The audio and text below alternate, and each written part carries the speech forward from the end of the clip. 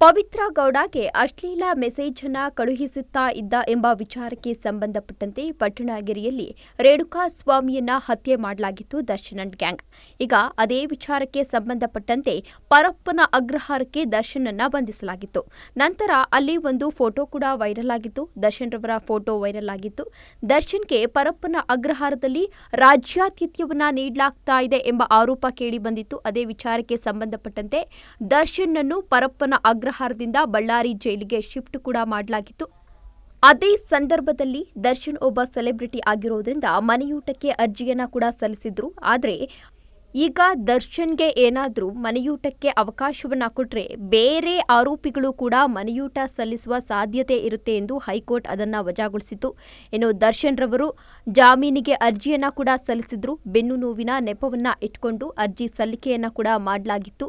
6 ವಾರಗಳ ಕಾಲ ದರ್ಶನ್ಗೆ ಮಧ್ಯಂತರ ಜಾಮೀನನ್ನ ಕೂಡ ನೀಡಲಾಗಿತ್ತು. ಇನ್ನು ಇತ್ತೀಚೆಗಷ್ಟೇ ವಿಚಾರಣೆ ಕೂಡ ನಡೆದಿತ್ತು. ವಿಚಾರಣೆ ಇವತ್ತು ಮುಂದೂಡಲಾಗಿತ್ತು. ಇವತ್ತು 2:30 ಸುಮಾರಿಗೆ ವಿಚಾರಣೆ ಹೊರಬಿದ್ದಿದ್ದು ದರ್ಶನ್ ಬೇಲ್ ಭವಿಷ್ಯ ಇವತ್ತು ನಿರ್ಧಾರವಾಗಿದೆ.